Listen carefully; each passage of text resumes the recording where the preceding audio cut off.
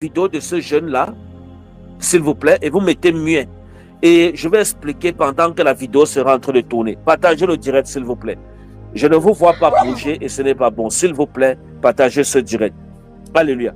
Partagez ce direct. Invitez le maximum de personnes à être connectées pour la gloire de notre Seigneur Jésus. Vous voyez ce jeune homme. Regardez bien ce jeune homme sur la vidéo que vous voyez là. Ça, c'est un jeune homme en Afrique du Sud. Et c'est un jeune homme qui a décidé de passer par la vie facile. Parce que je ne sais pas si c'est comme, mais là, vous allez voir, il est en train d'aboyer comme un chien. Mettez le volume, mettez qu'on entende un peu ce qui est dit là-bas. Mettez.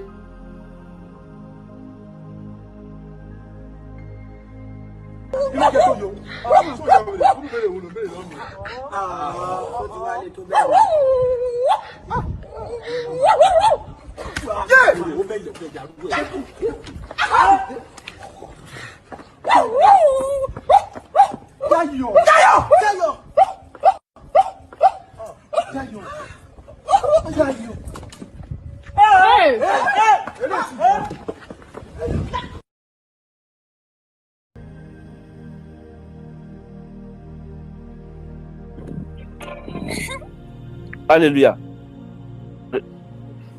Ok. Vous avez observé cette vidéo. Là, le monsieur il est parti comme ça. C'est-à-dire, lorsque vous observez cette vidéo, ça c'est un jeune homme au Nigeria qui a décidé d'entrer dans des loges pour avoir vite l'argent. Et là-bas, dans cette vidéo, la condition qu'il avait remplie ce jour-là, il n'avait pas pu remplir cette condition. Ce qui fait que il y avait un esprit qui était à côté de lui et qui était en train voilà, qui était en train de crac. Voilà, vous voyez un peu, crac. Et maintenant cet esprit, pendant que cet esprit était en train d'aboyer comme le chien. Est-ce que vous comprenez? Parce que son totem dans le monde spirituel de la loge dans laquelle il est entré était un chien. Donc pendant qu'on était comme en train d'égorger, il était en train de faire comme le chien, il aboyait comme un chien. Et cette chose est arrivée à ce jeune homme, pourquoi? Parce qu'il n'avait pas rempli une condition sectaire. Je vous dis quelque chose. Lorsque vous entrez dans une loge, lorsque vous entrez dans... Ça c'est plus en Afrique. Lorsque vous entrez dans une loge, il y a des conditions qu'on vous donne à remplir. Et quand vous ne parvenez pas à remplir ces conditions, vous mourrez tragiquement, vous avez des morts subites, vous avez, c'est-à-dire, un malheur vous arrive subitement. Et vous savez qu'il y a beaucoup d'hommes de Dieu. Je vous ai donné l'histoire, je reviendrai sur ça avec les preuves d'un homme de Dieu qui allait voir une femme marabout. C'est une de mes filles spirituelles dans la chorale qui m'a donné ce témoignage et elle m'a envoyé les voices.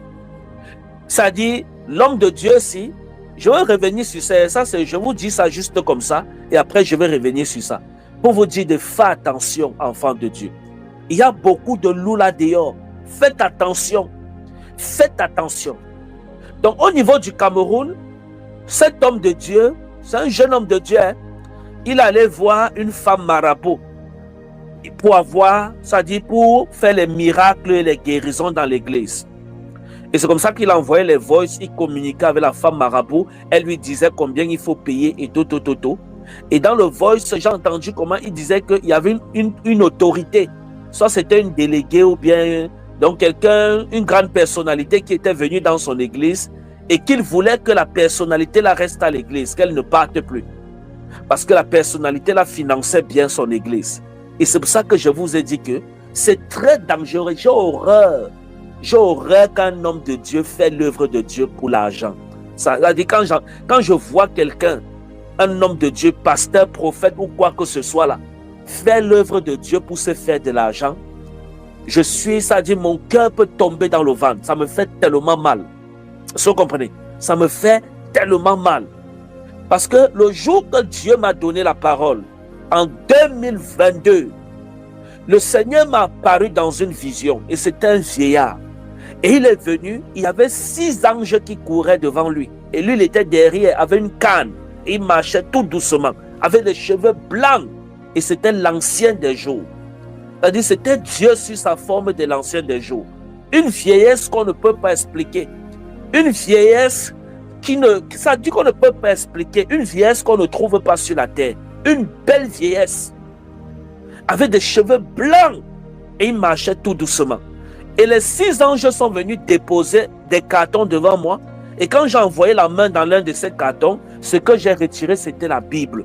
Une grosse Bible blanche. Et c'était écrit sur ça, en rouge ici, la Bible. Et j'ai ouvert la Bible, j'étais tellement content, j'ai dit waouh. Et j'étais en train de feuilleter la Bible. Et pendant que je feuilletais la Bible, le vieillard à côté de moi m'a dit ceci. J'espère que tu ne vas jamais vendre ma parole. Non, il a dit, j'espère que tu ne vas pas vendre ma parole, comme le font beaucoup d'autres là dehors. Il m'a dit ça 3 fois. J'espère que tu ne vas pas vendre ma parole, comme le font beaucoup là dehors, d'autres là dehors. Et la 3e fois quand il parlait, il a tourné son dos et il partait. C'était comme un film, bien aimé. Si je pouvais reproduire ça, j'ai dit qu'un jour, je vais tourner un film quand j'aurai l'argent, quand Dieu va me bénir financièrement. Je vais tourner un film pour raconter mon histoire, ma conversion, jusqu'à comment je suis entré dans le ministère. Je vais tourner ça en film. Vous comprenez? Je vais reproduire ça en film. Il s'est tourné, il me dit, j'espère que tu ne vas pas vendre ma parole comme le font beaucoup d'autres là dehors. Et je lui ai demandé, tu me dis ça pourquoi? Il ne m'a pas répondu. Il a seulement dit, j'espère que tu ne vas pas prendre ma parole. Il a avancé, après il a disparu devant moi. Dès qu'il a disparu devant moi, je me suis levé de la vision.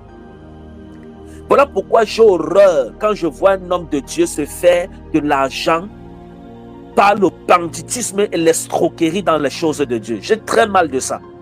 Les gens ne me comprennent pas. Les gens, je vois d'autres, parfois les hommes de Dieu vont me lapider. Oh, pourquoi tu dis toujours ça? Tu es en train de gâter le ministère. On gâte quoi sur le ministère? Donc, on va vous laisser continuer vos bêtises. Hein?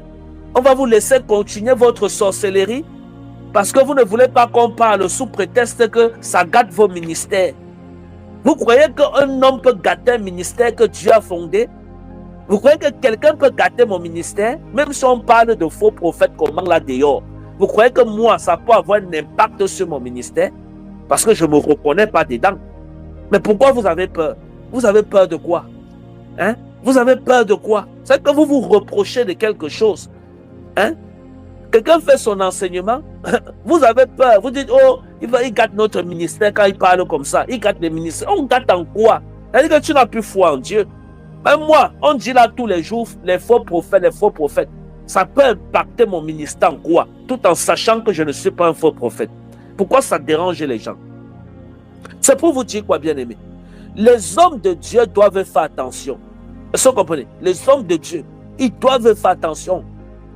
Ce n'est pas une recommandation qui est seulement pour une personne, c'est pour tous les hommes de Dieu. Tous ceux qui veulent aller loin avec Dieu doivent faire attention sur l'argent. L'argent que vous voyez là, c'est un démon. Est-ce que vous comprenez? C'est un démon.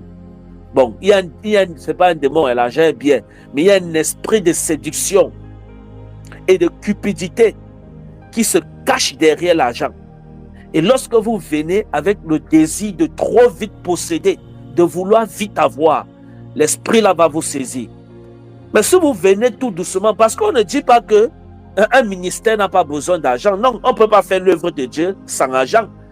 Moi-même, je dis ça ici tous les jours. Nous-mêmes, on ne peut pas faire l'œuvre de Dieu sans argent. Il y a les gens qui payent les connexions, qui payent les locales qu'on loue, tout ça. On a besoin d'argent.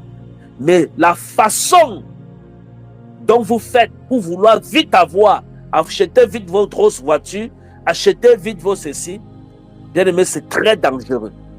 C'est très très dangereux, non seulement pour vous-même, mais pour les brebis qui vous suivent, pour l'église. Donc, lorsque vous regardez ce jeune homme, mettez-moi encore cette vidéo s'il vous plaît. Ce jeune homme est allé entrer dans la sorcellerie. Regardez bien ce jeune homme. Il est allé entrer dans la sorcellerie parce qu'il voulait avoir l'argent. Le voilà. Il n'a pas pu remplir les conditions. Et comme il n'a pas pu remplir les conditions, on l'a assassiné. On a fini avec lui là. Les sorciers, ces maîtres de la loge qu'il avait initié dedans, Et regardez la voiture que vous voyez là. Regardez la grosse voiture qu'il a à côté de lui. Un jeune comme ça, il a pris l'argent pour acheter une grosse voiture comme ça. Regardez la voiture. Regardez sa maison. Hein? Regardez sa maison. Hein? Regardez sa maison. C'est comme ça que tu vois un homme de Dieu. Là, il vient de commencer. Voilà. Là, il a déjà une grosse Prado. Tu dis, mais celui-ci, il a fait comment? Là, qu'il a commencé le ministère. Il a déjà, c'est-à-dire, il n'a pas de terrain d'église. Hein. Il n'a pas de terrain.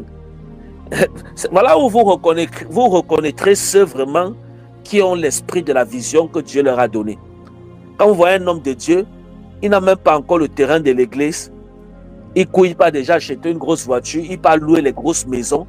Alors qu'il n'a même pas encore un terrain pour son église. Sachez que c'est un homme de Dieu qui va échouer. C'est un homme de Dieu qui fait l'œuvre de Dieu pour se faire plaisir. Est-ce que vous comprenez? Donc voilà un jeune homme comme ça. Voilà un brouteur. Quelqu'un qui était pressé, il voulait vite avoir l'argent. Là voilà qui m'a en direct et ça chauffe partout dans les réseaux sociaux. Et on en a plein comme ça en Afrique. Plein de jeunes qui veulent vite avoir l'argent. Oh, la Bible dit ici là que tu ne recevras point de présent, car les présents aveuglent les yeux. Voilà, les présents aveuglent ceux qui ont les yeux ouverts et corrompent les paroles des justes. Vous allez voir un prophète commence à prophétiser. Il prophétise. Quand il vient, il commence le ministère. Tout va bien, il prophétise bien. Mais à un moment donné, il ne voit plus. Pourquoi? Parce que les présents ont aveuglé ses yeux. Voilà pourquoi le Seigneur dit ici, tu ne recevras point de présents, car les présents aveuglent ceux qui ont les yeux ouverts. Nous avons les yeux ouverts, nous enfants de Dieu, nous serviteurs de Dieu, nous prophètes. Mais si nous commençons déjà à prendre les présents malhonnêtes, dès que quelqu'un vient pour la prière, tu dis d'abord qu'il doit payer. J'ai horreur de ça, bien-aimé. Je vous dis la vérité. Dès que quelqu'un vient dire qu'il veut la prophétie, tu dis qu'il doit d'abord payer. Des hommes de Dieu qui commencent les prophéties en public, ils ne finissent pas. Ils vous disent, viens, on va finir la prophétie en privé. Dès que tu viens en privé, ils te taxent l'argent. J'ai encore vu ça récemment chez un prophète, où c'est le prophète qui l'a, voilà, le bandit prophète dont j'avais parlé dernièrement là. Ou c'est Zacharie, ou c'est qui là. Hein? Je suivais encore l'un de ses... Elle dit que je suis parti regarder son live. Je secouais seulement la tête comme ça. Je dis, ouais, Seigneur Jésus. Ouais, Seigneur Jésus. Ouais, Seigneur Jésus. Et je vais vous dire quelque chose, hein, bien-aimé. Il faut faire attention aux prophètes qui vous prophétisent les choses vulgaires. Faites attention.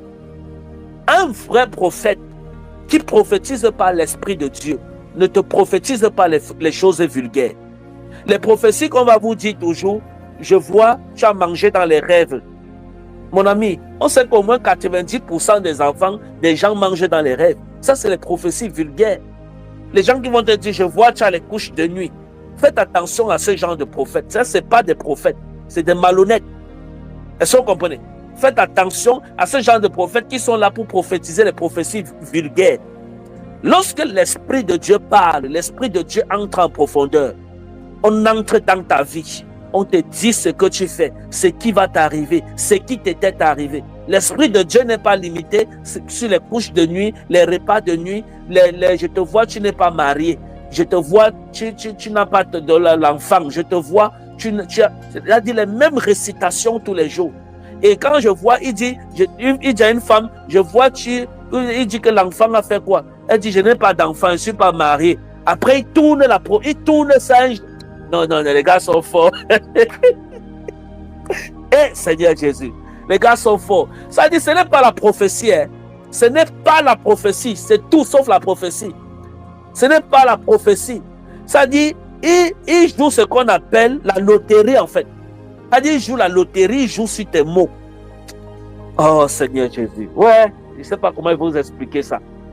Je connais tous ces prophètes-là qui font ça. Ça dit, joue sur tes mots. La prophétie vient du Saint-Esprit de Dieu. Ça ne vient pas sur le jeu des mots. Ça ne vient pas sur, j'ai vu tu es marié. Dès que la personne te dit, non, je ne suis pas marié. Tu changes, tu dis, ah non, ton mari, que je suis en train de dire ici, c'est qu'il voulait te marier. Après, j'ai vu le mariage, j'ai bloqué. Bien-aimés, faites attention aux prophéties vulgaires. Demandez à vos prophètes là, qui vous récitent tous les jours les prophéties vulgaires là. Là, les paroles, ça dit, je vais dire ça même comment. Ça dit, de vous donner les prophéties qui vont vous aider.